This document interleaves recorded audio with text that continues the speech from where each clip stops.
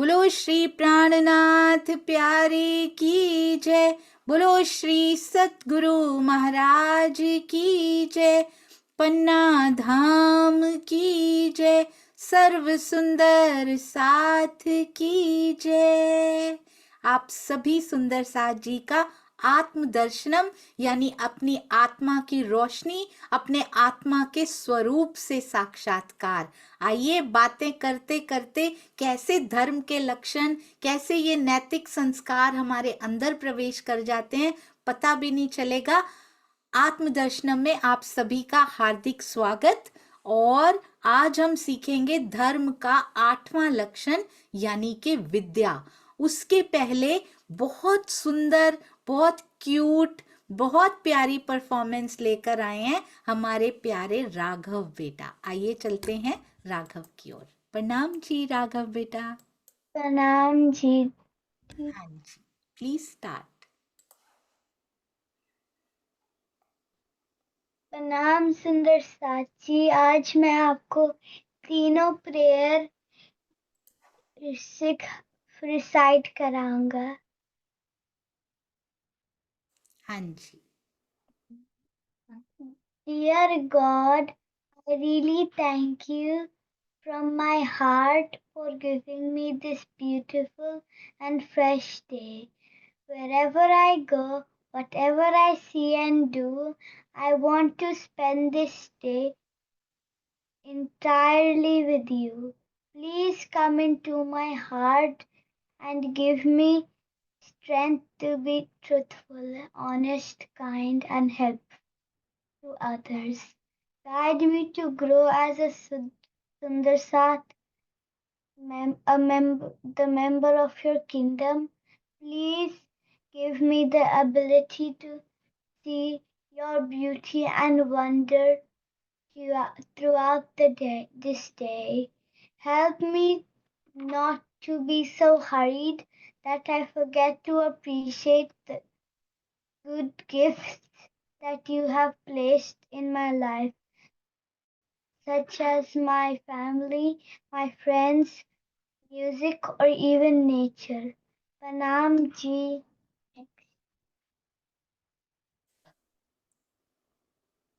Afternoon and mealtime prayer. Thank you, my dear Lord, for giving me nice food. Please, please bless the food I am having, and bless the hands that made the food. Food provides us energy. Please help me to engage this energy in your service. 14 लोक में आपकी शाखा जो कुछ दिया है आगे राखा। जो जो भावे सो दीजिए, अपना प्रसाद अंगना को दीजिए। Bedtime prayer. Thank you, my dear Lord, for giving me these wonderful experiences throughout the day. I beg forgiveness for any mistakes that I might have committed today. Please fill my heart with your love and take my consciousness in your lotus feet. Craft me the way you want me to be. Craft my heart the way you want to sit on. Please take me to your service. Prem Pranam Ji. Pranam ji, it's so beautiful, so divine to hear this prayer from you. That's so cute. Did you remember it, Raghav? That's so nice, so beautifully recited. बहुत सुंदर। हम सब बच्चे, घर में बच्चे क्या बड़े भी, सुबह दोपहर रात को हमेशा ये ग्रैटिट्यूड की फीलिंग, ये थैंकफुलनेस, ये आभार हमेशा अपने अंदर रखें और कभी ना भूलें कि ये छोटी छोटी चीजें उनके लिए थैंक्स करते रहें हमेशा, राज्य का, अपने भगवान का।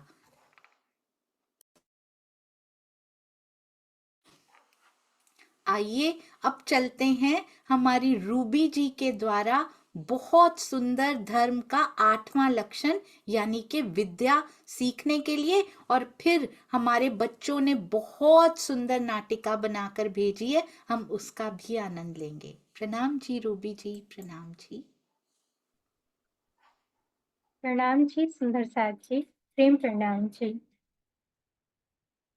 बच्चों, आज हम धर्म का 8वां लक्षण विद्या और उसके महत्व के बारे में समझेंगे।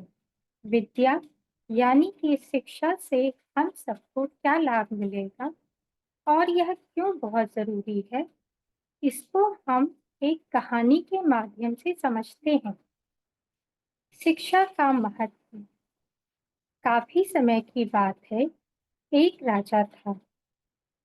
वह एक दिन शिकार करने गया था।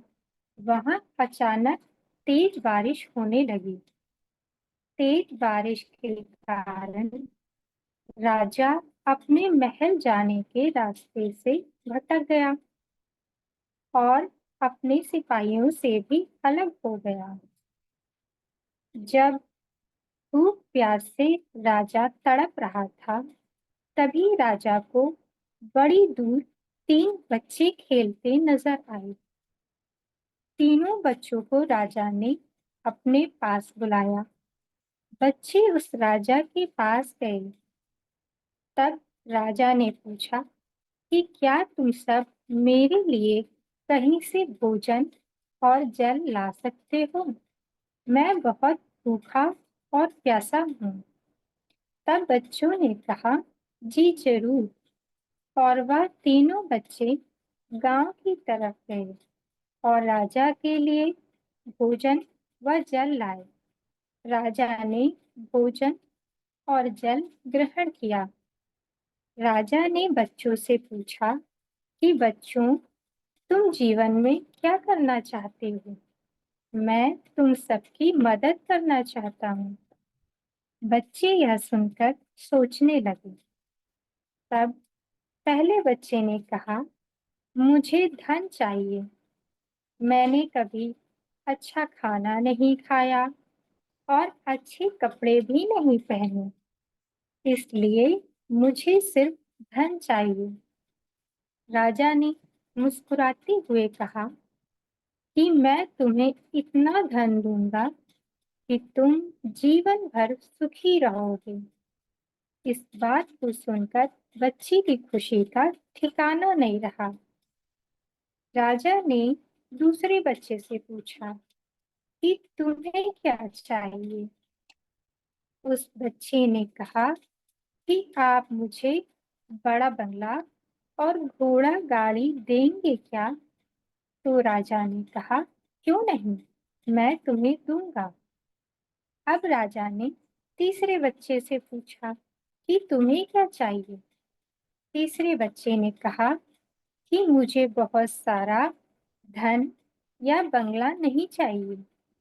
मुझे सिर्फ ऐसा आशीर्वाद दीजिए कि मैं पढ़ लिख कर बहुत बड़ा विद्वान बन सकूं और शिक्षा प्राप्त कर देश की सेवा कर सकूं। तीसरे बच्चे की बात से राजा बहुत प्रभावित हुआ। राजा ने उसके लिए पढ़ने की अच्छी से अच्छी व्यवस्था कर दी। वह बच्चा बहुत मेहनती था। उसने दिन रात मेहनत की और एक विद्वान बन गया। उसी राजा ने समय आने पर उस बच्चे को मंत्री पद पर नियुक्त किया।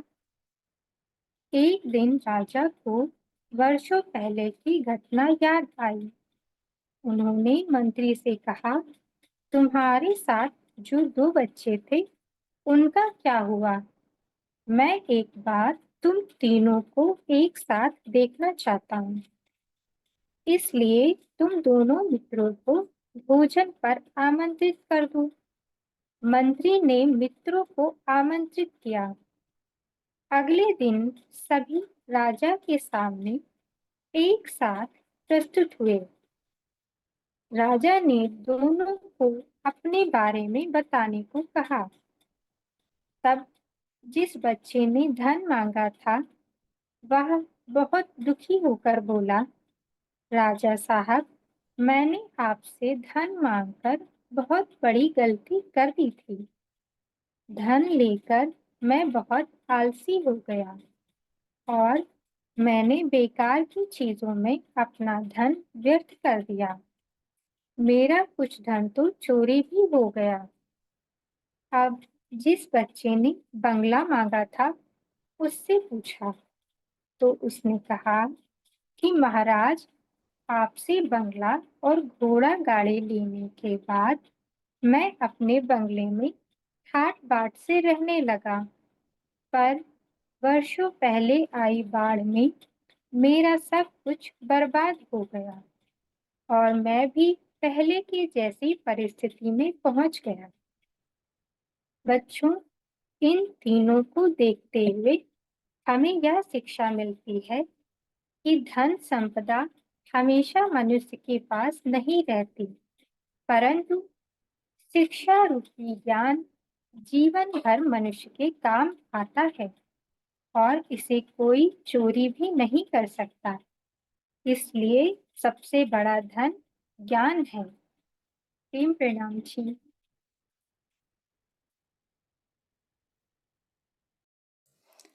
प्रणाम जी। बहुत सुंदर तरीके से रूबी दीदी ने हमें बताया कि शिक्षा परमानेंट धन होती है, इसलिए शिक्षा ग्रहण करनी चाहिए, इन चीजों के पीछे नहीं भागना चाहिए। ये देखिए, और शिक्षा से सब प्राप्त भी किया जा सकता है, उसको कोई छीन नहीं सकता।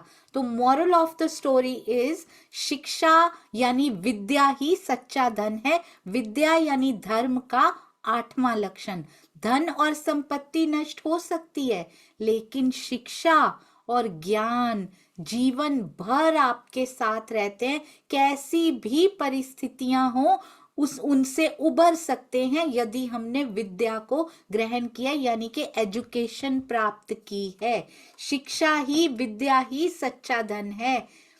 बुद्धिमानी से चुनाव करना चाहिए। तात्कालिक यानी उसी समय का थोड़ा सा सुख या फिर लॉन्ग टर्म बेनिफिट, किसको इंपॉर्टेंस देनी है।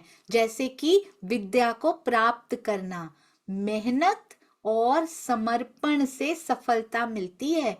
जो व्यक्ति मेहनत करता है और शिक्षा को, विद्या को प्राथमिकता देता है, उसको फर्स्ट प्रायोरिटी पे रखता है, वही जीवन में ऊंचाइयों तक पहुंच सकता है। ये जो भौतिक सुख सुविधाएं होती हैं, शिक्षा से वो भी प्राप्त की जा सकती हैं। धन और संपत्ति कभी भी नष्ट हो सकते हैं, पर विद्या कोई चुरा नहीं सकता, कोई छीन नहीं सकता। तो ज्ञान और विद्या हमेशा हमारे साथ रहते हैं। इस कहानी से हमें ये सीख मिलती है कि विद्या ही सबसे बड़ी पूंजी है, जो हमें जीवन में सफलता के साथ साथ सम्मान भी दिलाती है।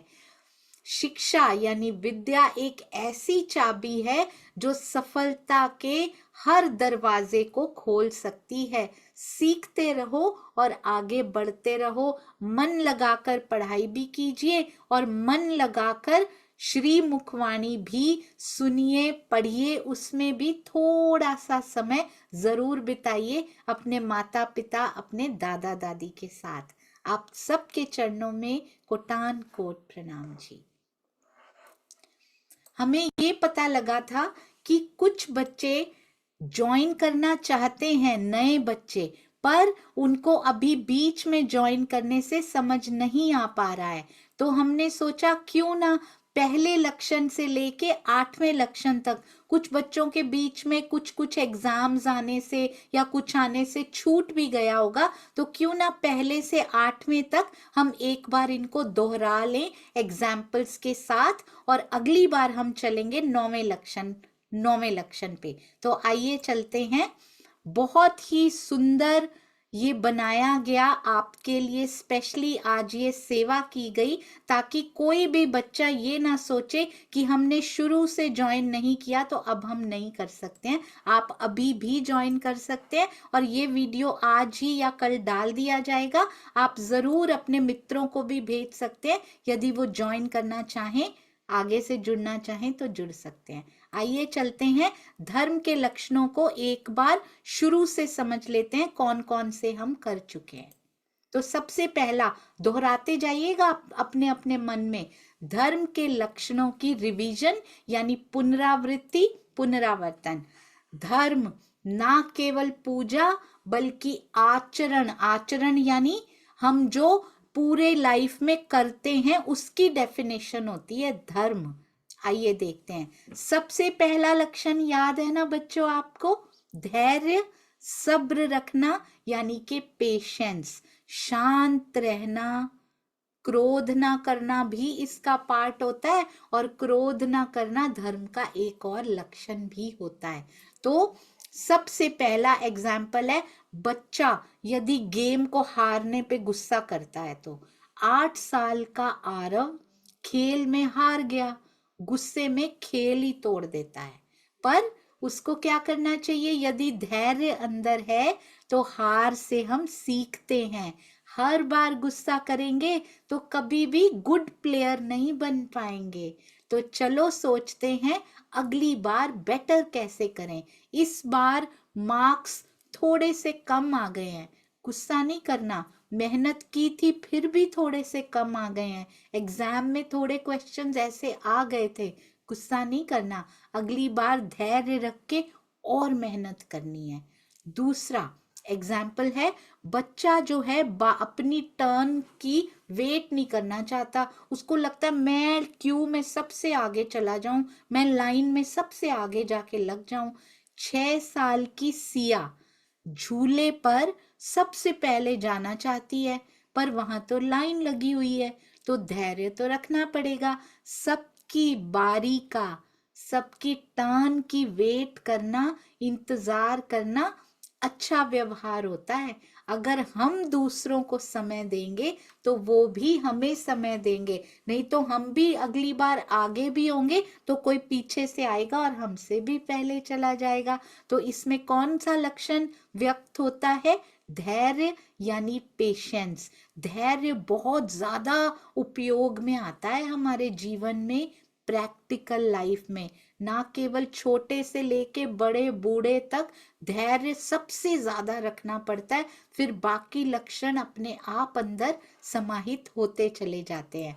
अब किसी ने अपनी पूरी पढ़ाई खत्म कर ली, अभी जॉब नहीं मिल पा रही है, तो 20 इयर्स का जो अमन है वो कहता है मैंने कुछ महीने मेहनत की, इंटरव्यूज दी, पर कुछ खास हुआ ही नहीं। तो बड़ी सफलता, बिग सक्सेस पाने के लिए निरंतरता यानी continuity and patience both are important. कई सफल लोग वर्षों तक बिना रुके मेहनत करते हैं, तभी तो वो वहां पहुंचते हैं जहां पर हम पहुंचना चाहते हैं। और वैसे भी सब कुछ परमात्मा के श्री राज्य के करने से होता है, वो चाहते हैं हम मेहनत करें, फल जैसा भी हो बहुत अच्छा होगा, हमारा पार्ट उसमें है धैर्य रख के मेहनत करना। तो पहला लक्षण क्या है, धैर्य यानी कि सब्र रखना, यानी कि पेशेंस रखना इन ऑल द सिचुएशंस जो हमारे साथ होती हैं और जो भी परिस्थितियां हमारे जीवन में आती रहती हैं। दूसरा लक्षण माफ करना, इसमें दो पहलू हो सकते हैं, माफी मांगना और माफी दे देना, इसी को क्षमा कहते हैं। गलती हो जाए तो मांग लेना, और यदि किसी से गलती हो जाए तो भी रूठे नहीं रहना, उनको भी माफ कर देना। तो एग्जाम्पल नंबर 1 है, एक बच्चा है, आप अपने आप को उसमें देखिए, कभी कभी नाराज हो जाते हैं ना, अपने दोस्त से नाराज है क्योंकि उसने उसका टॉय छीन लिया, उसका खिलौना छीन लिया। अब 6 साल का है, 6 इयर्स के आदित्य ने कहा अब मैं रोहन से कभी बात नहीं करूंगा, तो उसको कैसे समझाएंगे। कभी कभी फ्रेंड से गलती हो जाती है, अगर हम उसको माफ कर देंगे, फॉरगिवनेस अपनाएंगे, तो हमारी दोस्ती और भी पक्की हो जाएगी। हमसे भी कभी कभी गलती हो जाती है, सोचो अगर रोहन भी माफ कर देगा तो कैसा लगेगा, और अगर वो नहीं करेगा तो फिर कैसा लगेगा। अब एक यंग है, युवा को दोस्त ने धोखा दे दिया, वो बड़ा दुखी है। 16 इयर्स की रिया कहती है मैं उसे कभी माफ नहीं करूंगी। कभी कभी हमें लगता है कि माफ करने से हमने उनका अच्छा कर दिया है बच्चों, पर माफ करने से हम स्वयं भी हल्के हो जाते हैं। सबसे पहले हमारा भला होता है, उनका तो बाद में होता है। धर्म के सारे लक्षण अपनाने से हमारी भलाई होती है, दूसरों की बाद में होती है, हमारी पहले होती है। तो अपनी भलाई के लिए भी हमें धर्म, बेनिफिट सबसे पहले हमारा है, इसलिए धर्म के ये सारे लक्षण हमने अपनाने हैं। रिया, माफ करना मतलब भूल जाना नहीं है, बल्कि दिल को ऐसा नहीं कि भूल ही जाओ आप ना, दिल को उस बर्डन से, उस बोझ से फ्री करना है, मुक्त करना है।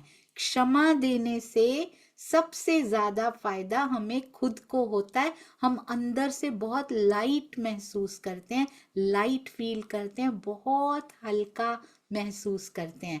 अगर बच्चा भाई या बहन से झगड़ के बोलना बंद कर देता है, हम भी करते हैं ना कई बार, तो 8 साल की तन्वी ने भी ऐसा ही किया। अपनी छोटी बहन से 2 दिन तक बात नहीं की उसने। तो उनसे, तो ऐसी सिचुएशन कई बार हमारे साथ भी आती है ना, छोटे भाई बहन कई बार मार भी देते हैं। तो बहनें या भाई कभी कभी लड़ते हैं, लेकिन साथ में खेलना कई बार उनको समझ ही नहीं होती है। माफ करना ही प्यार होता है। चलो गले से लगाओ और कोई बात नहीं, फिर देखो कैसे वो भी आपसे प्यार, वो भी आपसे सीखेंगे। बड़े भाई बहनों से ही छोटे भाई बहन सीखेंगे कि प्यार कैसे किया जाता है। तो पहला लक्षण होता है धैर्य, दूसरा लक्षण होता है क्षमा, जिसमें क्षमा मांगना और क्षमा कर देना। अब तीसरा लक्षण है दम। दम यानी स्वयं पर नियंत्रण रखना, स्वयं को कंट्रोल करना, खुद पर काबू करना, यही असली फतेह होती है। बच्चा खेलने में इतना मस्त है कि होमवर्क ही भूल गया, खेलने में ही मस्त हो गए। 7 साल की पाखी स्कूल से आकर पहले खेलती है, हम भी करते हैं ना ऐसे कभी कभी, होमवर्क देर रात, लेट नाइट तक करती रहती है। तो उसको कैसे समझाएंगे, इसमें पाखी नहीं है, इसमें हम सब हैं, अपना नाम पढ़िएगा इसमें। पहले अपना होमवर्क पूरा करो, फिर खेलो तो ज्यादा मजा आएगा। क्यों? क्योंकि पेरेंट्स आपको कहेंगे ही नहीं पहले पढ़ लो, पहले पढ़ लो, कितनी बार बोलना पड़ता है। तो आप पहले ही पढ़ लेंगे, फिर खेलेंगे तो कोई टोकेगा भी नहीं, कुछ नहीं कहेगा, आप भी आराम से आनंद लेके मस्ती में खेल सकते हैं। अपने मन पे नियंत्रण रखने से तुम्हें ज्यादा समय भी मिलेगा और इंडिपेंडेंस भी मिलेगी।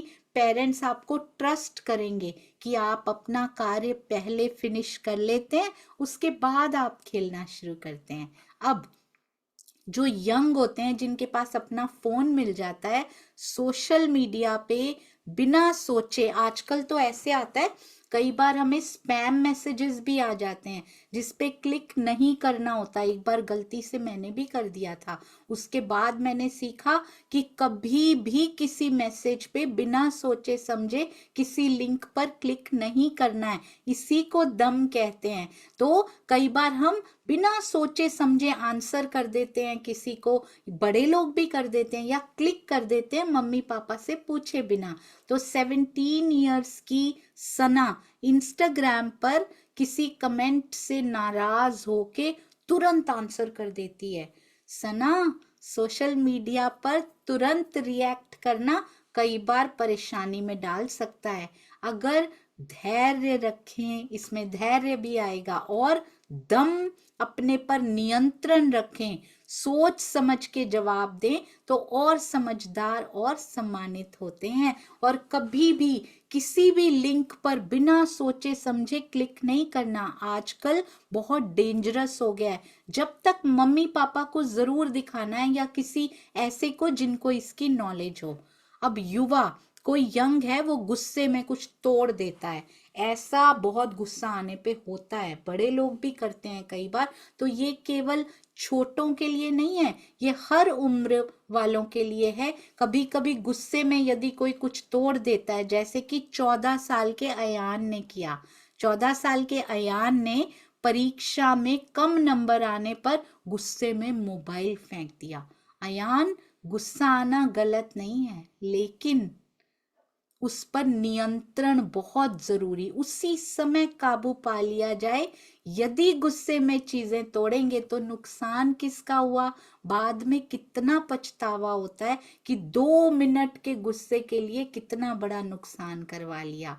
अगली बार गहरी सांस लो, शांत सोचो, फिर कदम उठाओ। तो इसको कहते हैं नियंत्रण पा जाना। यदि ऐसा कुछ हुआ भी है तो फटाफट कंट्रोल कर लेना, कहते हैं दम। तो पहला लक्षण क्या होता है, धैर्य, फिर क्षमा, उसके बाद दम, और चौथा है अस्तेय। अस्तेय यानी चोरी ना करना, जो मेरा नहीं उस पर नजर कभी नहीं डालनी, नजरें झुकी हुई हैं धर्म पर, यही अस्तेय है। बहुत सुंदर ये लाइनें लिखी हैं हमारे सुंदर साथ जी के द्वारा, ये सेवा की गई। इनके एग्जाम्पल्स क्या क्या हो सकते हैं, बिना दोस्त से पूछे उसकी पेंसिल या उसकी कोई चीज ले आना। 6 साल का क्रिश स्कूल में रोज बिना बताए किसी का सामान ले लेता है। क्रिश, अगर हम बिना पूछे कुछ लेते हैं तो वो चोरी कहलाती है। चाहे आजकल चीजें उठाना तो चोरी है, किसी का कंटेंट बिना पूछे ले लेना। ऑनलाइन में आजकल बहुत होता है, किसी का आइडिया बोला उन्होंने और कर हमने, सबसे पहले उनसे भी पहले हमने कर लिया क्योंकि उन्होंने बोल दिया है, ये भी एक चोरी होती है। आइडियाज को चुरा लेना, कंटेंट को चुरा लेना, पेंसिल या कोई वस्तुओं को चुरा लेना। और ये देखिए, तुम सोचो अगर कोई तुम्हारा सामान बिना पूछे ले जाए, जो आपको गिफ्ट मिला हो तो कैसा लगेगा, जो दिल के बहुत करीब हो तो वो वाला ले जाए तो कैसा लगेगा। नॉर्मल भी ले जाए, मम्मी पापा ने इतने प्रेम से लेके दिया हो, तो हमें हमेशा दूसरों की परमिशन लेनी चाहिए, उनसे पूछ के यूज करना चाहिए और फिर उनको वापस कर देना चाहिए। ऐसे ही 17 इयर्स का अर्जुन क्या करता है, क्लास प्रेजेंटेशन में अपने दोस्त के आइडिया को, देखा आ गई ना वही बात, अपना बता देता है कि ये आइडिया तो मेरा था। और ये आदत हमें लगता है वस्तुओं की, कोई थिंग्स की चोरी ही चोरी होती है, आइडियाज की चोरी भी हमारा अस्तेय का लक्षण खराब कर सकती है हमारे अंदर। तो किसी के आइडिया को अपना बना के पेश मत कीजिए कभी भी। ऑनेस्ट रहने से उसकी बहुत मेहर बरसती है, उसकी कृपा और बरसती है यदि हम ईमानदार रहते हैं। जिससे लिया है उसका नाम लीजिए, ये धर्म के लक्षणों में आता है। कई बार हम सुंदर साथ भी पढ़ते किसी का है पर अपना बना के उसको पेश कर देते हैं, ये कितना बड़ा गुनाह धर्म के लक्षणों के हिसाब से भी है। अर्जुन, सुंदर साथ जी, जब हम किसी और के विचारों को अपना बताकर वाहवाही लेते हैं तो वो असल में उनकी मेहनत की चोरी होती है। किसी और का बनाया हुआ नाम हम अपना लिख देते हैं तो वो भी चोरी होती है। ईमानदारी से क्रेडिट दे देना, ऑनेस्टली जिसका काम है उसको क्रेडिट देना ही सच्चा अस्तेय है, अस्तेय का पालन है। अब हम किसी और की बारी ले लेते हैं। 8 साल की सिया झूले पर लाइन तोड़ के चढ़ जाती है। सिया, हर किसी की एक बारी होती है। बोलना तो किसी और ने था पर हम उसको पीछे हटा के खुद ही आगे हो जाते हैं, ये भी धर्म के लक्षणों से डिग जाते हैं। हम सुंदर साथ के लिए भी ये बहुत बड़ी सिखापन है, हर किसी की एक बारी होती है। जब हम किसी की बारी छीन लेते हैं, कभी कभी जॉब में भी ऐसा होता है कि कोई और टैलेंटेड है पर हम उस पे पैर रख के आगे बढ़ जाते हैं, उसको पीछे धकेल के आगे बढ़ जाते हैं, तो वो ज्यादा समय तक नहीं टिकता है, क्योंकि ऐसी चीजों पर उसकी मेहर कभी नहीं बरसती। तो इसलिए हमें भी बहुत कुछ सीखना है अस्तेय से। तो उनका समय और अधिकार कभी भी, किसी का भी समय और अधिकार नहीं छीनना चाहिए। सबके राइट का सम्मान करना चाहिए, सबके अधिकार की रिस्पेक्ट हमें करनी चाहिए। ये अस्तेय का लक्षण तो हमें बहुत कुछ सिखा कर गया। तो पहला लक्षण कौन सा था बच्चों? पहला लक्षण था धैर्य यानी पेशेंस। दूसरा लक्षण है क्षमा यानी फॉरगिवनेस, लेना भी और देना भी। तीसरा लक्षण दम यानी कंट्रोल, सेल्फ कंट्रोल। और चौथा लक्षण अस्तेय, किसी भी प्रकार की चोरी ना करना। प्लेजियरिज्म कहते हैं इसको। ऑनलाइन वर्ल्ड में हम दूसरों का चुरा के स्वयं लिख के अपना नाम लिख देते हैं उसके ऊपर। कभी भी ऑनलाइन चोरी भी नहीं करनी है, विचारों को भी चोरी नहीं करना है, आइडियाज को भी चोरी नहीं करना है। आपने सुन ही लिया है कि कहीं पर ये विचार आगे जाके फलीभूत होने वाला है, हम पहले ही शुरू कर दें, ये भी चोरी होती है। आइए चलते हैं पांचवा लक्षण यानी कि शौच। इस पर जाने से पहले मैं एक बार पूछना चाहती हूँ, क्या आप सबको समझ में आ रही है? क्या आप सबको समझ में आ रहा है? अगर आ रहा है तो नॉड योर हेड, सिर हिलाइए इस प्रकार और थम्स अप दीजिए। वेरी गुड, थैंक यू बेटा, थैंक यू वेरी मच। हाँ जी, तो अभी तक कितने लक्षण कंप्लीट हो गए हैं, कौन बताएंगे? अभी तक कितने लक्षण यहाँ पर कंप्लीट हुए हैं जो अभी अभी एक्सप्लेन किए गए हैं? कितने लक्षण अभी एक्सप्लेन किए गए हैं? कुणाल बेटा, प्रणाम जी। प्रणाम जी। 4 लक्षण धैर्य, क्षमा, दम, अस्तेय। बिल्कुल सही, अति अति सुंदर।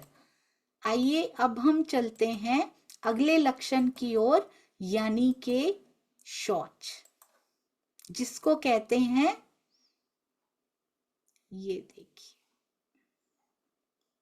जी, साफ सफाई।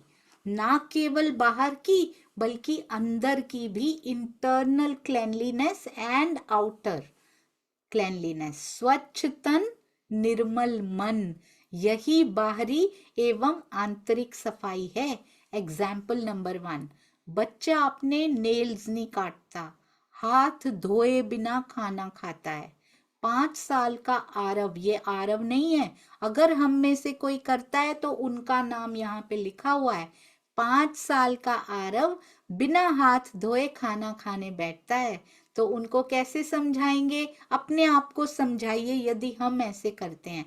अगर हम गंदे हाथों से खाना खाते हैं तो बीमार हो सकते हैं। स्वच्छता से, क्लेanलीनेस से हम हेल्दी रहते हैं और हैप्पी भी रहते हैं, खुश भी रहते हैं। हाथ धोना तुम्हारी ताकत है, और नेल्स भी काटने चाहिए। ये क्या हुई? आउटर क्लेanलीनेस, बाहर की क्लेanलीनेस। अब युवा का कमरा, कोई यूथ हो, 14 साल की तान्या कमरा साफ नहीं करती, हमेशा टाल देती है, अभी मुझे ये काम है बाद में करूंगी। कौन कौन बच्चे ऐसे करते हैं? ध्यान रखिएगा, आज के बाद कोशिश करेंगे हेल्प करने की घर में और स्वयं का कमरा साफ रखने की। जैसे बाहर की सफाई जरूरी है, वैसे ही अपने शरीर की सफाई जरूरी है, वैसे ही आसपास की सफाई भी मन को शांत रखती है। साफ कमरा तुम्हारे दिमाग को, मन को साफ और केंद्रित बनाएगा। आप और अच्छे से पढ़ाई पर, या गेम खेल रहे हैं तो गेम पर भी बेटर कंसंट्रेट कर पाएंगे। बच्चा, अगर कोई 8 साल का ईशान गलती करने के बाद झूठ बोल देता है, तो इसका मतलब अंदर साफ नहीं है, है ना? तो ईशान, सच बोलना और मन को साफ रखना भी शौच है, यही मन की सफाई होती है। जब हम सत्य बोलते हैं, हम डरते नहीं, हमारा मन भी साफ रहता है। तो अपनी अंदर की सफाई तो बाहर की सफाई से भी ज्यादा जरूरी होती है। बाहर की सफाई की आदत डालेंगे तो धीरे धीरे अंदर की सफाई भी करनी शुरू कर देंगे। तो कभी भी झूठ भी नहीं बोलना, कभी क्रोध नहीं करना, किसी से शेयर करना है अगर आप कर सकते हैं तो शेयरिंग जरूर कीजिए, अगर अलाउड हो परिस्थितियों के अकॉर्डिंगली। यानी 5 लक्षण अभी तक हो चुके हैं। कौन कौन से आप अपने आप दोहराइए। पहला धैर्य, दूसरा क्षमा, तीसरा दम, चौथा अस्तेय और पांचवा शौच यानी कि क्लेanलीनेस। अब हम चलते हैं छठे लक्षण पर, यानी कि इंद्रिय निग्रह, इंद्रियों पर काबू। 5 इंद्रियां होती हैं, आप सभी को पता है। सुख नहीं, संयम में है असली शक्ति। यदि कंट्रोल रख लेते हैं अपने ऊपर तो असली पावर निकल के बाहर आती है। कैसी भी सिचुएशन हो, हम कभी घबराते नहीं है और कभी कोई दुख लगता ही नहीं है उसके बाद, क्योंकि हमें अपने पर पूरा पूरा नियंत्रण है। बच्चा मोबाइल स्क्रीन से हटना ही नहीं चाहता। 6 साल की रिद्धि गेम देखते देखते खाना ही भूल जाती है। मोबाइल देखना अच्छा है, पर अगर ज्यादा देखेंगे तो आंखें दुखेंगी, बीमार भी तो पड़ सकते हैं। हम भी ऐसे करते हैं, बच्चे ही नहीं, 6 साल के ही नहीं, बड़े भी, बड़े ही नहीं, किशोर भी, किशोर ही नहीं, युवा भी, और युवा ही नहीं, बड़े बूढ़े भी आजकल मोबाइल देखते हुए खाना खाना ही भूल जाते हैं, यानी उसी में ही खो जाते हैं, आंखें दुखने भी लगती हैं। तो नियंत्रण करना है। थोड़ी थोड़ी देर बाद आई की एक्सरसाइज, अगर बहुत जरूरी है, सेवा कर रहे हैं या जॉब के लिए देखना पड़ता है कंप्यूटर, तो थोड़ी थोड़ी देर बाद उठ के आईज की कुछ एक्सरसाइजेस बताई जाती हैं, या 5 मिनट उठ के वॉक करने को बोला जाता है, ताकि कमर में दर्द ना हो, हाथ ना दुखने लग जाएं, एल्बोज ना दुखने लग जाएं। तो उसका भी पालन करना चाहिए, उसको भी काबू करना कहते हैं, अपने मन पर काबू रखना। 14 साल का देव पढ़ाई के दौरान बार बार सोशल मीडिया चेक करता रहता है, क्योंकि कंट्रोल नहीं है। और ये बहुतों के साथ होता है। फेसबुक पे कुछ आ गया होगा, व्हाट्सएप पे कुछ आ गया होगा, आप अपनी पढ़ाई कर रहे हैं, आप अपनी जॉब कर रहे हैं, आप अपनी कोई सेवा कर रहे हैं, आप किसी भी प्रकार का कोई घर का कार्य कर रहे हैं, पहले मन लगाकर उसको कीजिए। बार बार देखने से ना तो मैसेजेस बढ़ जाएंगे और ना ही कम हो जाएंगे।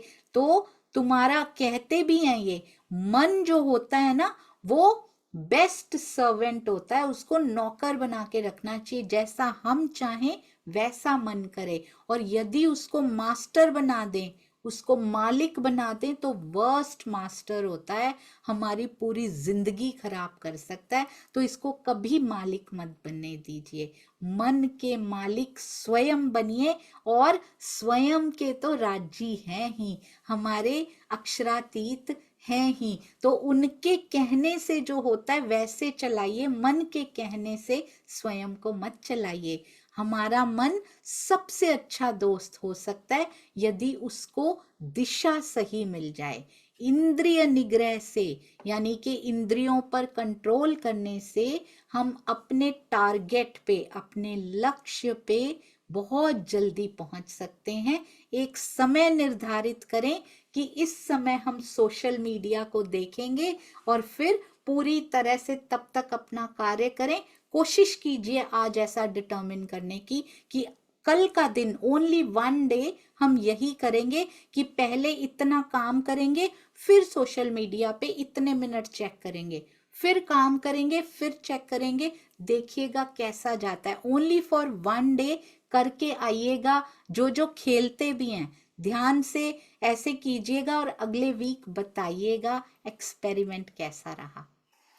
बच्चा 5 साल का दक्ष दुकान पर हर चीज को देख के कहता है। 5 साल का है, मुश्किल होता है, बड़ों के लिए मुश्किल होता है, तो हर चीज लेना जरूरी नहीं होता।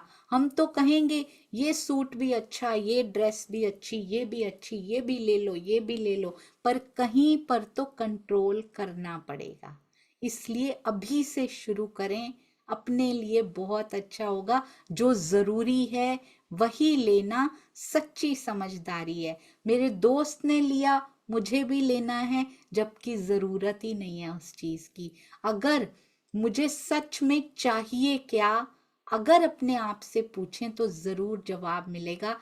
यदि हम धर्म के लक्षणों के अकॉर्डिंगली अपने जीवन को चलाना शुरू करते हैं, तो सबसे बड़ा लाभ स्वयं को और फिर अपने परिवार को और फिर आगे आगे दायरा बढ़ता हुआ पूरे समाज को लाभ होता है।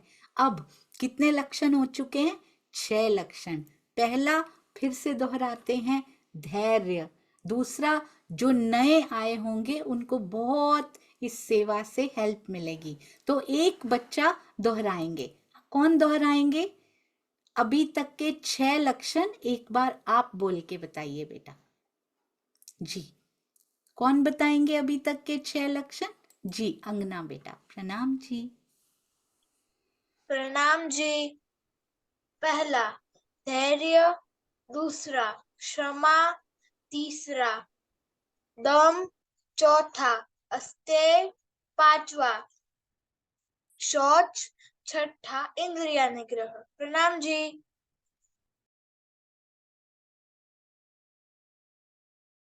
प्रणाम जी, very good. It's so beautifully done.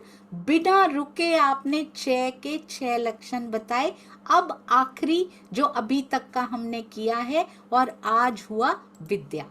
जी, 7वां लक्षण बुद्धि, और वो भी सुबुद्धि, यानी कि अच्छी सोच, बुद्धि जो सही गलत में फर्क बताती है, विवेक बुद्धि। फर्स्ट एग्जाम्पल, 7 साल का आदित्य टीवी पर एडवर्टाइजमेंट देख के बोलता है ये चीज मुझे अभी चाहिए। आदित्य, जो चीज टीवी पर अच्छी लगे वो असल में जरूरी या अच्छी हो ये जरूरी तो नहीं है।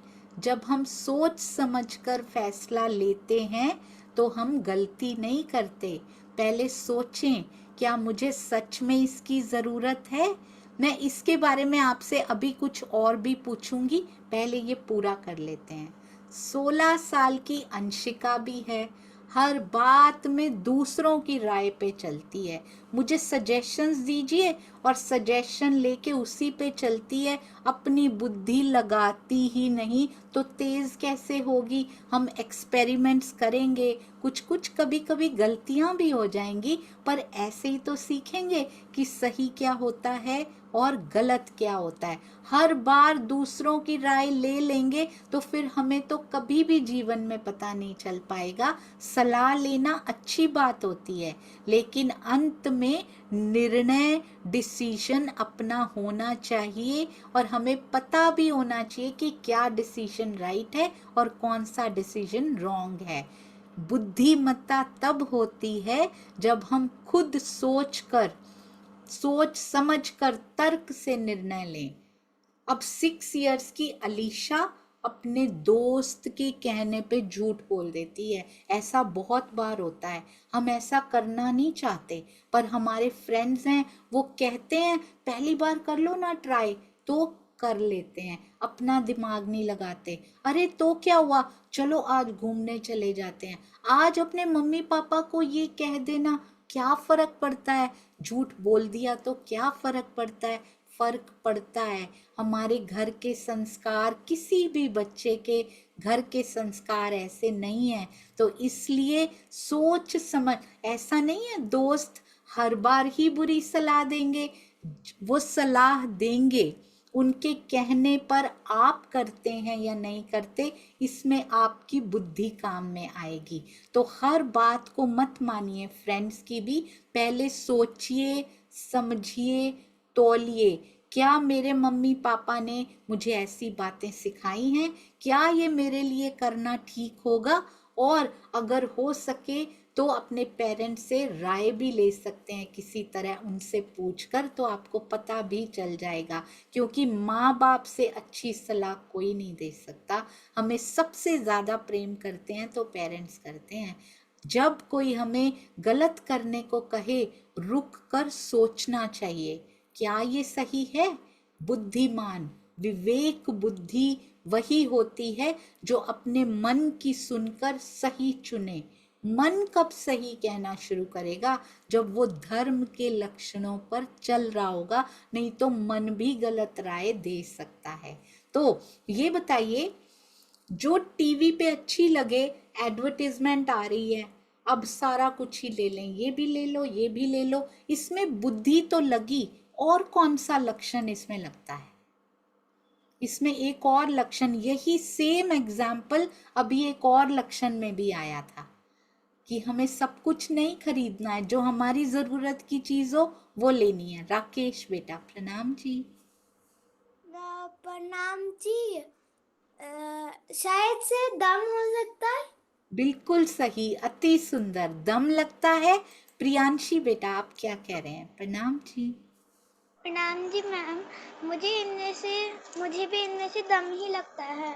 जी बहुत सुंदर। दम, इंद्रिय निग्रह, इंद्रियों पर कंट्रोल करना, और साथ ही साथ बुद्धि भी लगती है। देखिए ये लक्षण सारे एक दूसरे से कैसे जुड़े हुए हैं। आपने देखा ना, ये सेवा करने वाले प्यारे सुंदर साथ जी के चरणों में खूब खूब प्रणाम जी। अगला जल्द ही आने वाला है, धर्म के लक्षण, जब हम बाहर से ही नहीं भीतर से बड़े बन जाते हैं, सबको क्षमा करने लगते हैं, मांगने लगते हैं, धैर्य रखते हैं, वो होते हैं धर्म के लक्षण।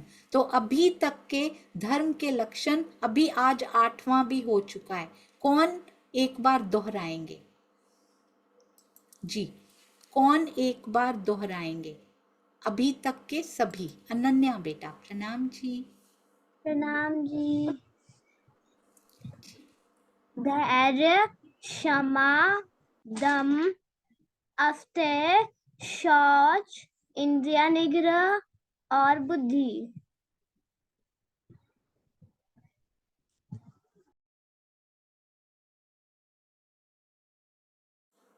और इस बार हमने कौन सा किया, वो कौन बताएंगे। किया बेटा आप आज का भी कवर करके, वेरी गुड अनन्या बेटा, वेरी गुड। किया बेटा आज का भी कवर करके पूरे 8 बता दीजिए, ठीक है। प्रणाम जी। धैर्य, क्षमा, दम, शौच, इंद्रिय निग्रह, बुद्धि, विद्या। प्रणाम जी।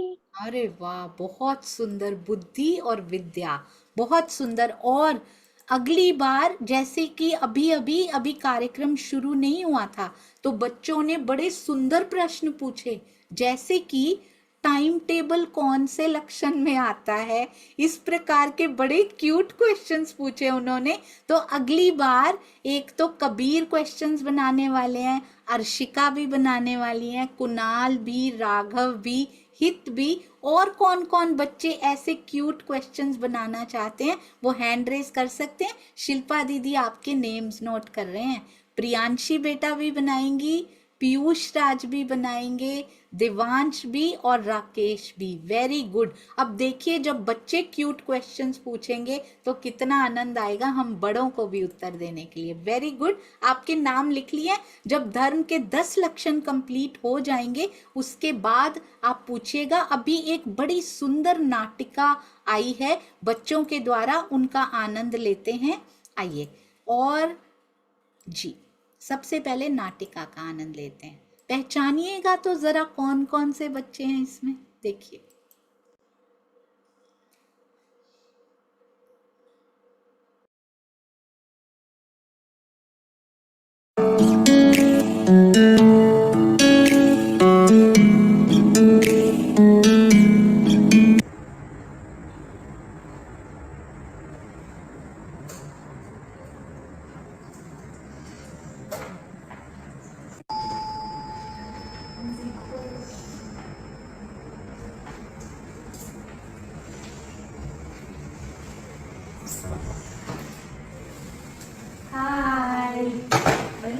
तुम रेडी है? फैनी की जन्मदिन की पार्टी में जाना है। पार्टी शुरू हो गई, जल्दी रेडी हो जाए।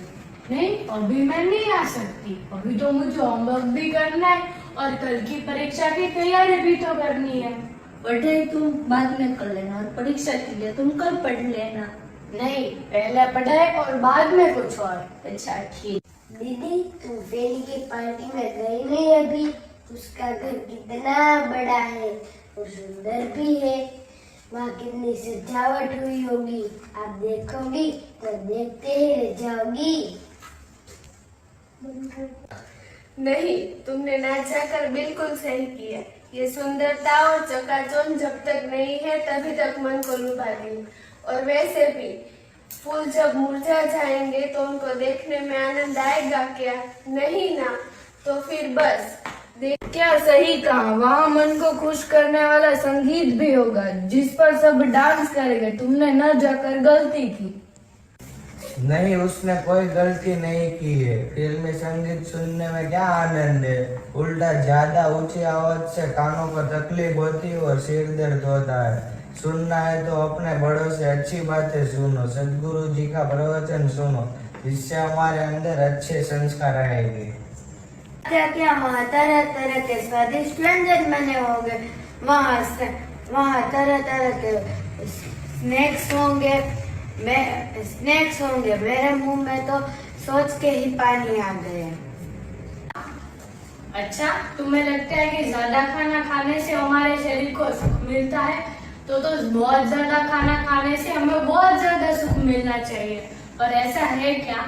नहीं ना, ज्यादा खाना खाने से तो हमारा पेट बिगड़ जाता है, यानी कि स्वाद के वश में रहने से हमारे शरीर को दुख ही मिलता है। सही कहा तुमने। घर का बने सात्विक आहार जब परमात्मा को भोग लगता है तब वो प्रसाद बन जाता है। ओह, बहुत बड़ी बड़ी बातें कर रहे हो। जब स्वादिष्ट भोजन और सुंदर फूलों की खुशबू आएगी तो मन कैसे खींचा नहीं चला जाता। और जब तुम्हें सर्दी जुकाम हो जाता है तो नाक से निकला सूखा जाता है। और खाने की खुशबू से तुम ये पता कैसे कर सकते हो कि वो खाना सात्विक है या नहीं, शुद्धता से बना है कि नहीं? अरे ये सब छोड़ो और सोचो, फैनी के घर में एसी और उसमें बैठने का मजा ही कुछ और है। और उसके घर का नरम मुलायम सोफा, आहा, वहाँ से तो घर वापस आने का मन ही नहीं करता। तुम जिस एसी और सोफे की बात कर रहे हो उसमें कुछ देर ही सुख मिलता है। कुछ देर बाद तो शरीर दुखने लगता है और आलस्य हो जाता है। उसके बाद ना पढ़ाई में मन लगता है और ना खेलने में मन लगता है। तो ऐसे सुख का क्या फायदा जिसे हमें दुख मिले। वेरी गुड बेटा, तुमने बिल्कुल सही कहा। इन पांचों इंद्रियों का सुख हमेशा नहीं रहता है, वो क्षणिक होता है। इन पर नियंत्रण रखना बहुत जरूरी है। अगर जीवन में कुछ करना चाहते हो, कुछ सफलता पाना चाहते हो तो इन पर काबू रखना बहुत आवश्यक है।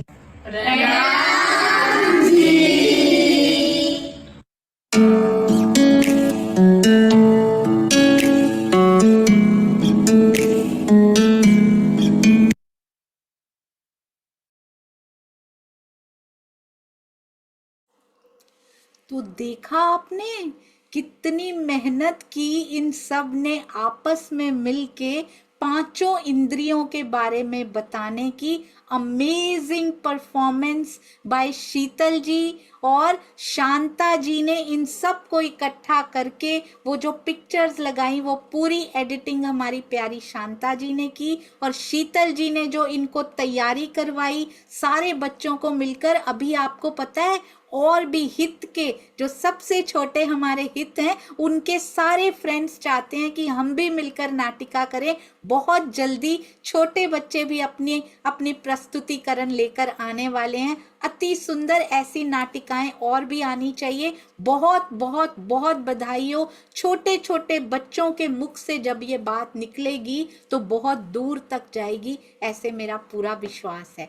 हाँ जी कबीर बेटा, आप कुछ कहना चाहते हैं? प्रणाम जी। इंद्रिय निग्रह। हाँ जी, इंद्रिय निग्रह था। इंद्रिय निग्रह। अरे वाह, बिल्कुल सही पहचाना आपने तो। अति सुंदर। अच्छा मुझे ये बताइए जरा कि पहली इंद्री कौन सी थी इसमें, और क्या बताया गया था उसके बारे में? पहली इंद्री कौन सी थी? 5 इंद्रियों के बारे में बताया था ना इसमें। पहली इंद्री कौन सी थी, याद है आपको? कच्छुक याद है जी? हाँ जी राकेश बेटा। प्रणाम जी। सबसे पहला था दम, या फिर वो इंद्रिय इंद्रिय हो सकते हैं। नहीं, 5 इंद्रियां होती है ना, आंख कान नाक मुंह त्वचा, 5 होता है। तो सबसे पहले ना कौन सी बात बोली थी इन्होंने? खाना खाने की बोली थी क्या? नहीं। नहीं, क्या बोला था? क्या क्या बोला था याद है? आंख से रिलेटेड क्या था, नाक से रिलेटेड क्या था, कान से रिलेटेड कोई एक याद हो बताइए, कोई भी एक। सोचो सोचो, तब तक कुणाल से पूछते हैं। प्रणाम जी, तब तक आप सोचिए। प्रणाम जी कुणाल बेटा। प्रणाम जी। वो पहला था कि उनका घर बहुत बड़ा है, वहाँ की सजावट बहुत अच्छी होगी और वो बहुत सुंदर तैयार हुई होगी। Eyes first.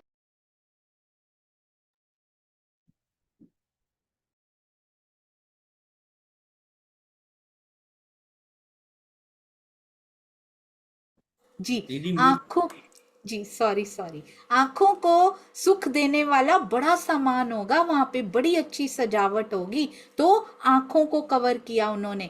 दूसरा और क्या था? देवांश से पूछते। 3 हाथ खड़े हैं उनके, 3 कैसे हो सकते हैं? 2 ये और एक स्क्रीन वाला हाथ। हाँ जी देवांश बेटा। प्रणाम जी। प्रणाम। वहाँ पे अच्छा म्यूजिक चलेगा। Very good. उससे किसको सुख मिलेगा? कान के लिए। कान के लिए, बिल्कुल सही, अति अति सुंदर। तो आंख भी हो गई, कान भी हो गई, और क्या था? और याद है किसी को? आंख कान और बहुत सुंदरता से कवर किया गया सब कुछ। प्रियांशी बेटा। प्रणाम जी। प्रणाम जी दीदी। उन्होंने बोला था कि वहाँ पे बहुत ही अच्छा अच्छा खाना खाने को मिलेगा, तो इसका मतलब है जी। अरे वाह, बिल्कुल सही। जिह्वा को सुख मिलेगा। सूरत की सुरताओं ने फिर से, एक से छोटी छोटी प्यारी प्यारी सुरताओं ने फिर कमाल कर दिया। एक बार बच्चों ने भी नाम रोशन कर दिया आज सूरत का। अति अति सुंदर, जीभ को सुख मिलेगा। Very good. और क्या था? अनन्या को भी पता है एक चीज। अनन्या बेटा आप बताइए। प्रणाम जी। एक बोला था कि सोफा बहुत नरम है वहाँ का, तो आप वह स्किन के लिए, वह इंद्रिया स्किन के लिए बात है, यह बात।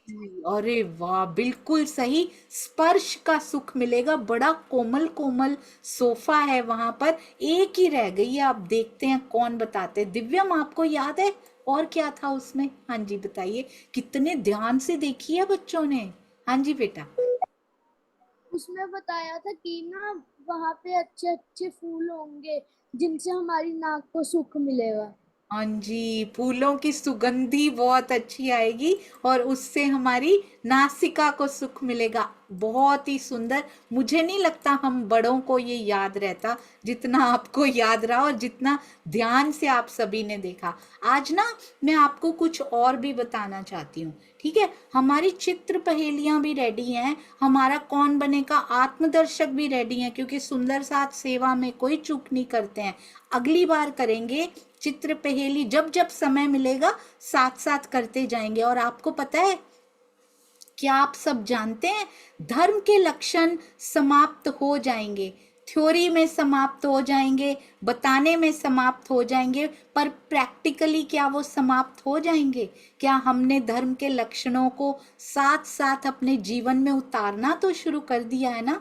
तब हम कहेंगे कि हाँ अब धर्म के लक्षण हमने उतार लिए। जीवन में कोई भी परिस्थितियां आती हैं तो हम भूलते नहीं हैं कि हमें सत्य बोलना है, हमें धैर्य रखना है, हमें क्रोध नहीं करना है, हमें क्षमा करते और मांगते रहना है। जरूर ध्यान रखिएगा, हमें बताते रहिएगा कहाँ कहाँ आपने धर्म के लक्षणों को अप्लाई किया और आप सफल रहे।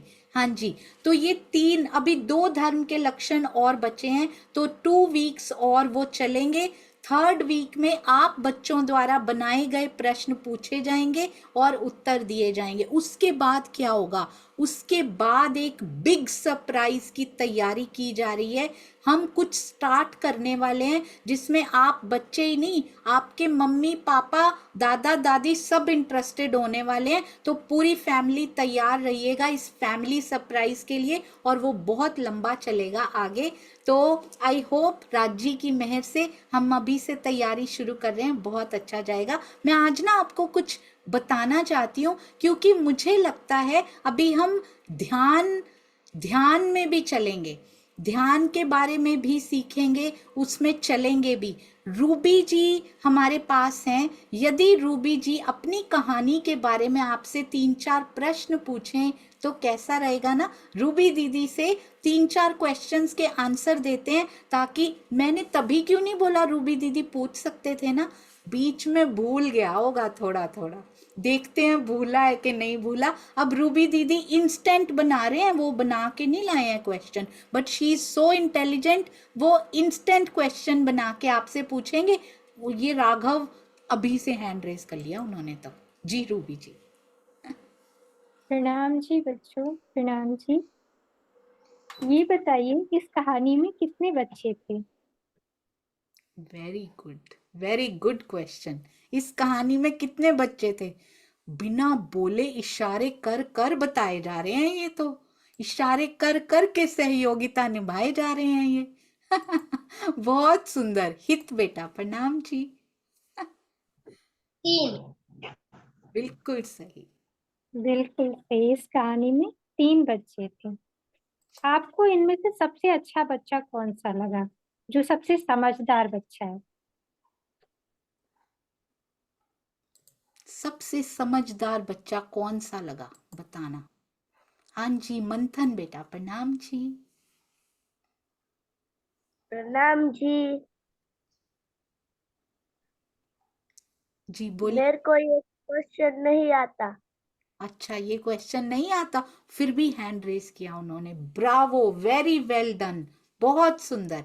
अभी हम चलते हैं हमारी जी केया बेटा, आप बताइए। प्रणाम जी। हाँ जी, तीसरा बिल्कुल सही। तीसरा क्यों?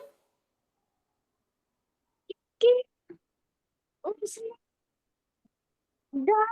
बांग्ला में चुनाव उन विद्या चुना। अरे वाह, क्योंकि उन्होंने विद्या चुना। आंसर भी रेडी है। क्यों? वो उनका अगला प्रश्न था, मुझे लगता है आपने पहले ही बता दिया हो। वेरी गुड, क्योंकि उनका चुनाव बहुत अच्छा था। हाँ जी रूबी जी। अगला प्रश्न है कि किसको जो है मंत्री पद पर नियुक्त किया गया था? किसको मिनिस्टर बनाया, किसको मंत्री पद पे नियुक्त किया? सोचो, फर्स्ट वाले को, सेकंड कौन से वाले बच्चे को? को? हाँ जी अनन्या बेटा प्रणाम जी। 1 मिनट बेटा, अनम्यूट नहीं हुआ। हाँ जी अब बोलिए। तीसरे बच्चे को बनाया था मंत्री। Very good. क्यों बनाया था? हाँ जी क्यों बनाया था बेटा? क्योंकि उसने विद्या चुना था और वो आगे चल के बहुत बुद्धिमान बन गया। बिल्कुल सही। अच्छा, लास्ट क्वेश्चन है, इसमें से कौन सा ऐसा बच्चा है जिसके पास जो है सबसे सही चीज है और आखिर तक उसने सेफ रखी, उसके पास आखिर तक ही रहा? तीनों बच्चों को मनचाही चीज दी थी राजा ने, किसके पास लास्ट तक ही सेफ रहा?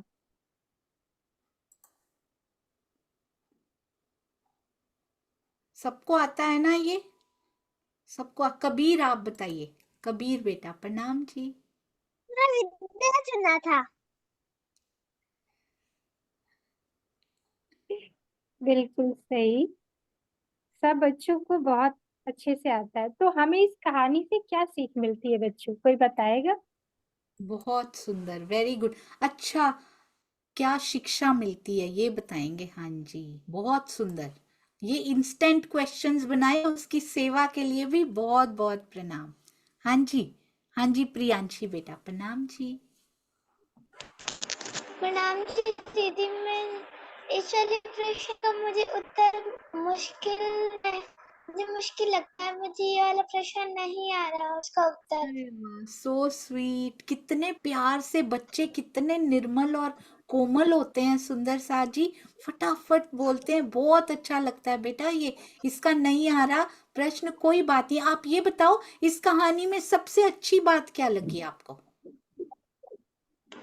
मुझे सबसे सबसे अच्छी बात ये लगी, इनमें से एक बच्चे ने विद्या चुनी थी। हाँ जी, वेरी गुड, बहुत सुंदर। तो उससे क्या हुआ विद्या चुनने से?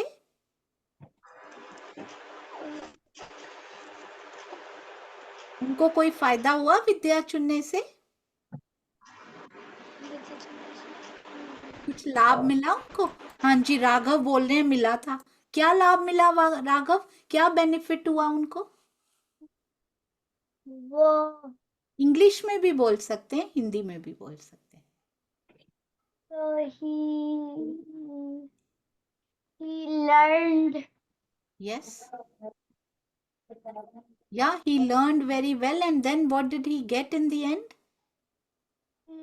he got good at studying and Yes, got good studies, very good. Beautiful, you got it.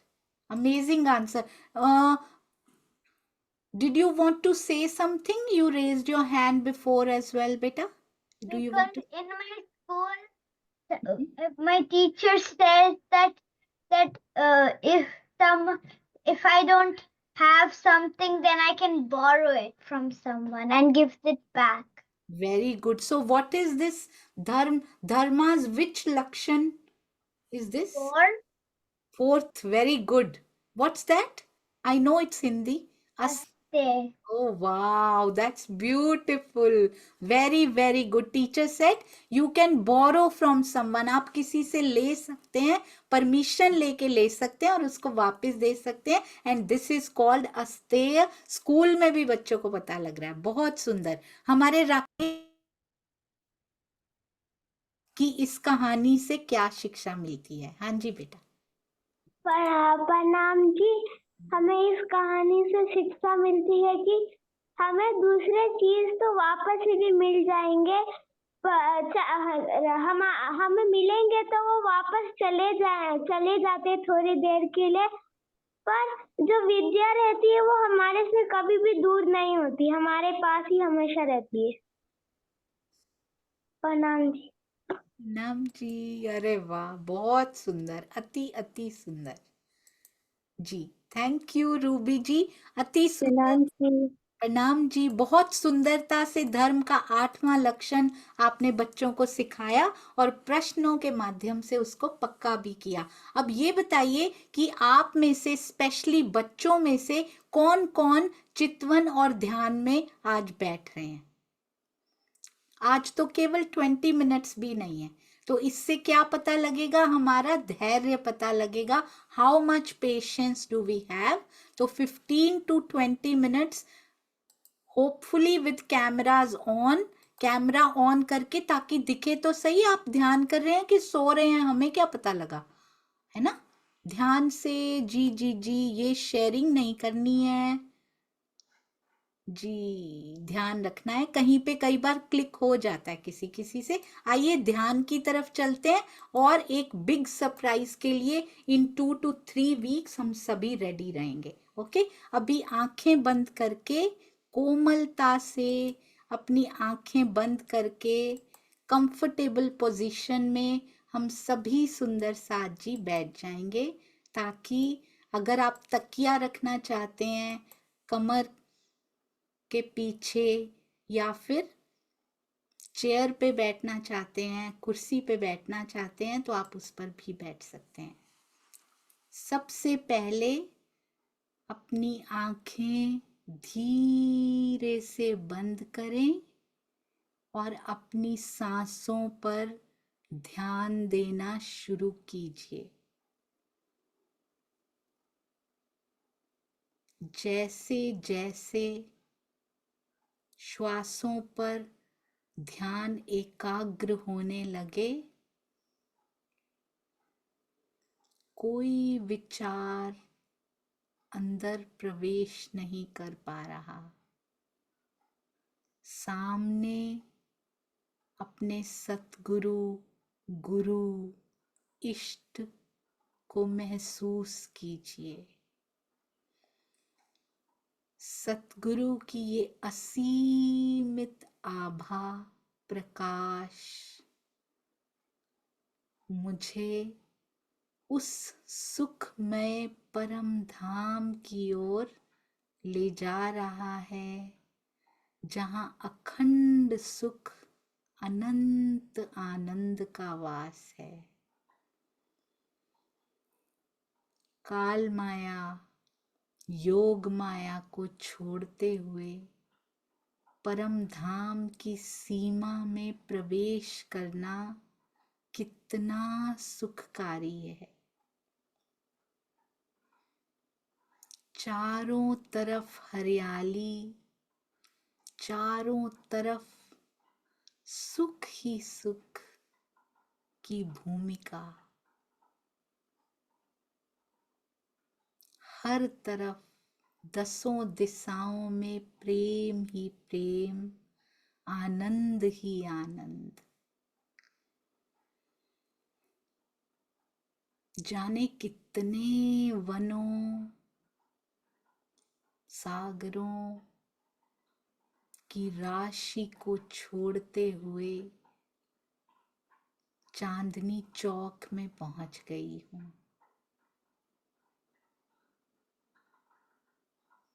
बहुत सुंदर, अति प्यारा,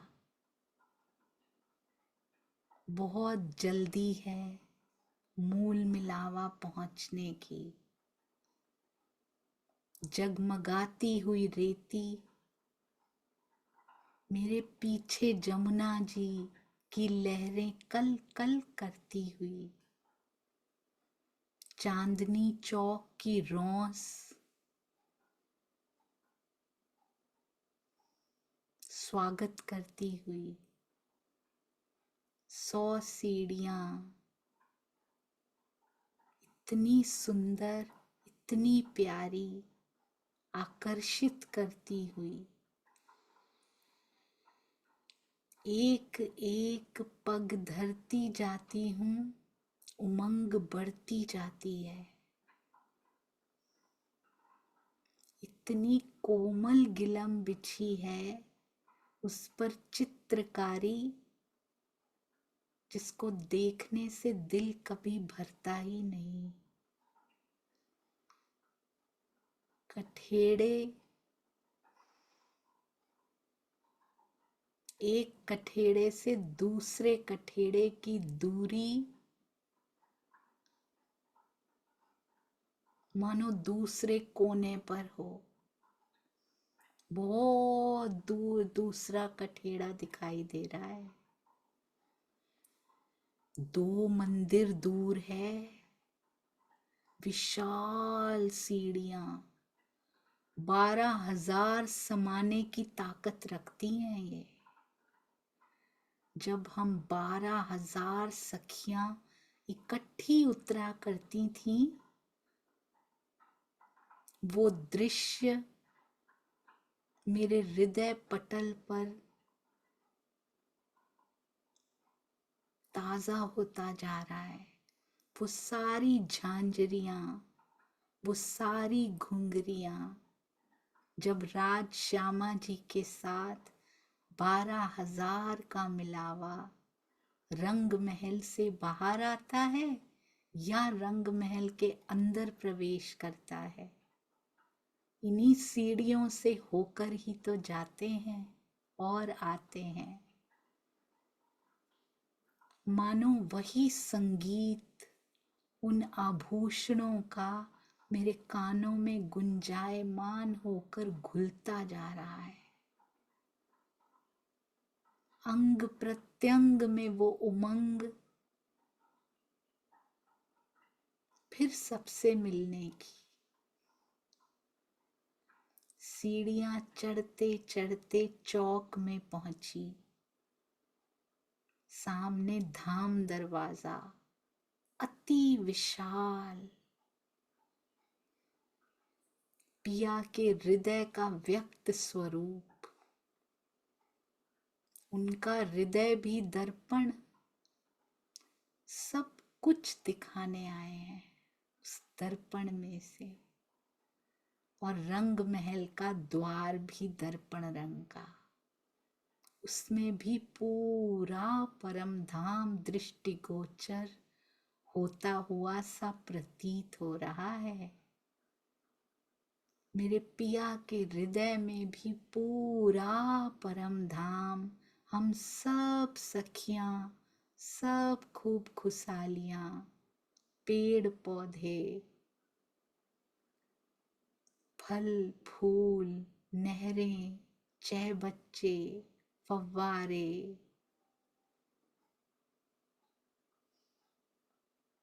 अन्न, पहाड़, जल, स्थल, जिमी, आसमान, सब उनके हृदय का ही तो व्यक्त स्वरूप है। उनके हृदय में 25 पक्ष समाये हैं। वैसे ही ये धाम दरवाजा भी सारे पक्षों को स्वयं में समा कर बैठा है। आते ही खुल जाता है अत्यंत हर्ष के साथ, बंद होता ही कहाँ है। हमेशा खुला रखते हैं पिया धाम का द्वार। मंदिर में प्रवेश किया, दरवाजे का मंदिर उनके हृदय की ही तरह विशेष, चारों तरफ से खुला हुआ, चारों तरफ दरवाजे हैं इसके। उनके आकार भिन्न हैं पर उनमें प्रेम बिल्कुल एक जैसा। दो पल्ले जैसे पिया की बाहें,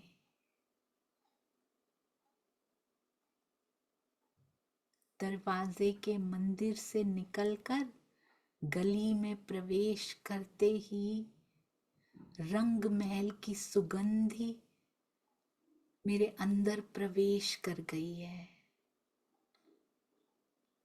कुछ अलग सा अनुभव हो रहा है, बहुत सुंदर, सुवासित, कोमल, चेतन। अनुभव भी चेतन है, अनुभव में भी कोमलता है।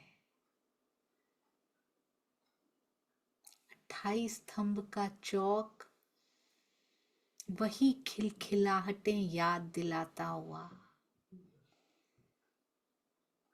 बैठकें मुस्कुराती हुई, थंब आज भी तैयार उन मुस्कुराहटों को समेटने के लिए। जगमगाते हुए थंब, बहुत विशेष चौक है ये। आती बार जाती बार सीढ़ियों पर भी आना पड़ता है और इस चौक से भी होकर ही आया करती हैं हम सब। जाते हुए भी यहीं से जाती हैं ताकि जल्द से जल्द पिया से मिलन हो सके। यहाँ पर खड़े होकर ही मूल मिलावा की वो बैठक दिखाई देती है जहाँ युगल स्वरूप अपनी संपूर्ण आभा के साथ विराजमान, नूरी मुस्कान लिए हुए दिखाई दे रहे हैं, अत्यंत शोभा को धारण किए हुए, आकर्षित हो जल्द से जल्द 4 चौरस हवेलियों को पार कर लिया। थंब भी आए, द्वार भी आए, चबूतरे भी आए, उन पर सिंहासन भी आए, चंद्रवा भी थे, मंदिर भी थे, पर नजर तो सामने ही अटक गई है। 5वीं हवेली गोल हवेली, थंभों की हार, दरवाजे अति सुंदर, अति प्यारे, पार करते हुए अंदर भी गोलाई में थंभों की हार आपस में मिलते हैं तो मानो हाथ में हाथ डाल के मेहराब बना लेते हैं।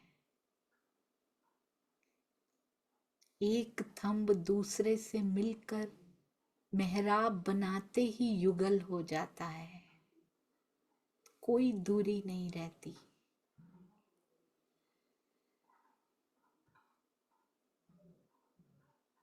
उनमें लगे हुए रत्न, मूल मिलावा की तो आभा ही अलग है।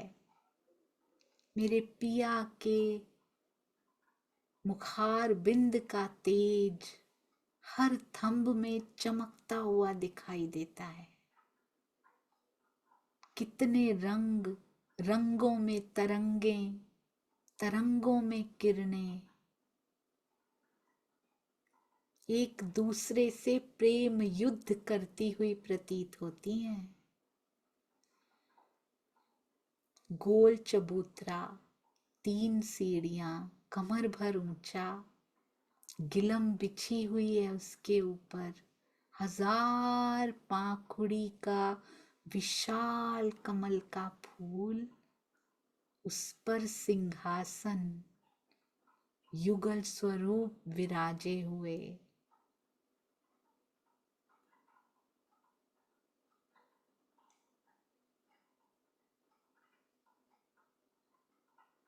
डांडों की झलकार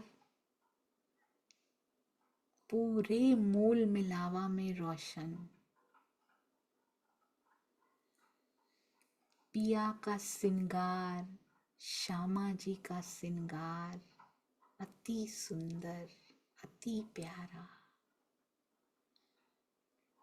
चरण कमल, चरणों की तली वारी वारी वारी, इतनी कोमलता,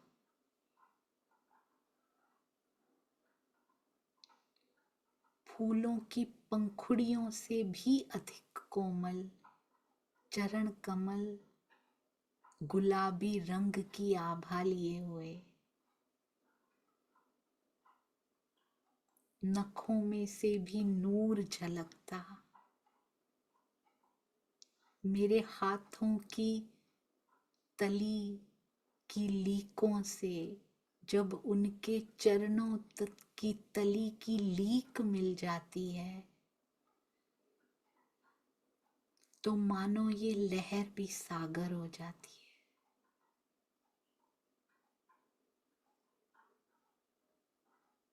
इन चरणों का स्पर्श सब कुछ भुला देने वाला है।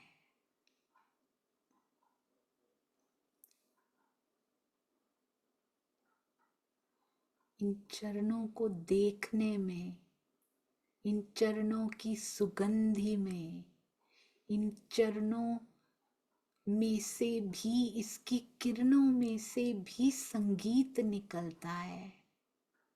उसको सुनने में,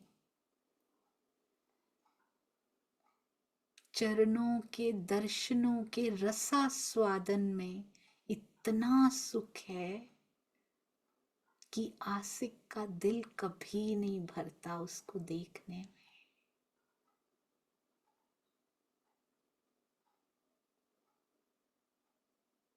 आभूषण अति सुंदर, अति प्यारे, झांझरी, घुंघरी, कांबी, कड़ला, सदा सर्वदा मुस्कुराते हुए, चरणों में जगह जो मिल गई है उनको, बिल्कुल सही स्थान पे जगह मिल गई है उनको, हर पल चरणों से लिपटे रहते हैं। पिया के वस्त्र नूरी, पिया के आभूषण नूरी, उनके हृदय के हार भी इतराते हैं, हर समय हृदय कमल से लगे रहते हैं। कानों के आभूषण,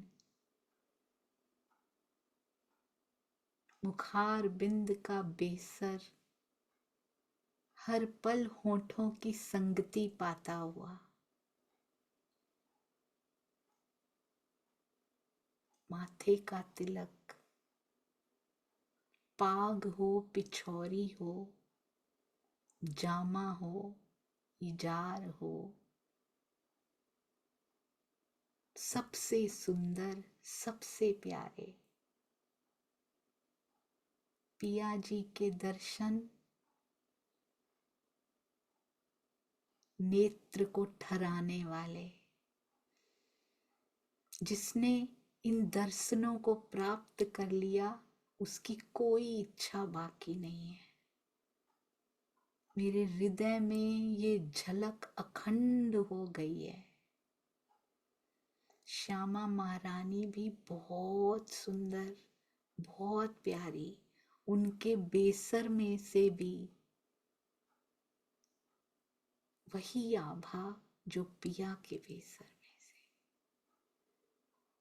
उन्होंने आरसी पहनी है, आरसी में से वो भी धनी को देख रही हैं, आरसी में मैंने भी धनी को देखा।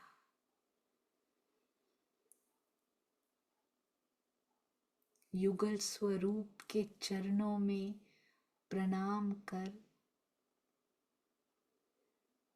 उन्हीं चरणों में ही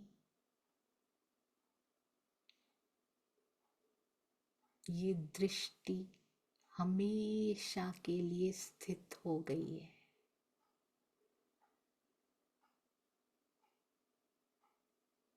सारे अर्श की सुंदरता आपसे ही है।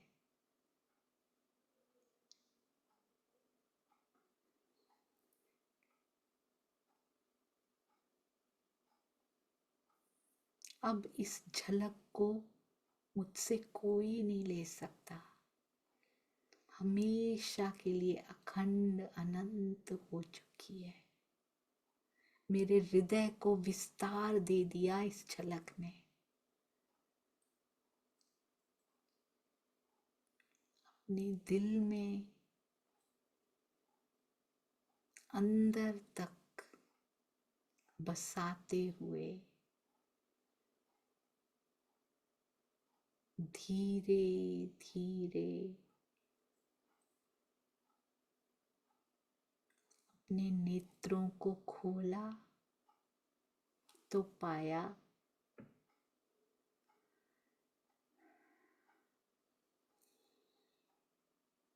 कि मेरा जीव यहाँ है।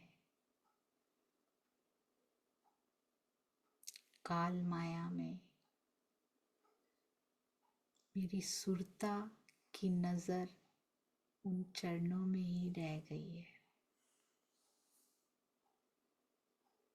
सुरता एक ही राखिए, मूल मिलावे माए। प्रणाम जी सुंदर साथ जी, प्रणाम जी।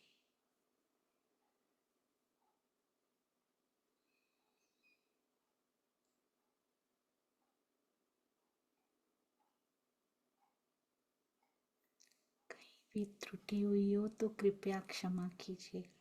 प्रणाम जी। बोलो श्री प्राणनाथ प्यारे की जय। बोलो श्री सतगुरु महाराज की जय। पन्ना धाम की जय। सर्व सुंदर साथ की जय। प्रणाम जी।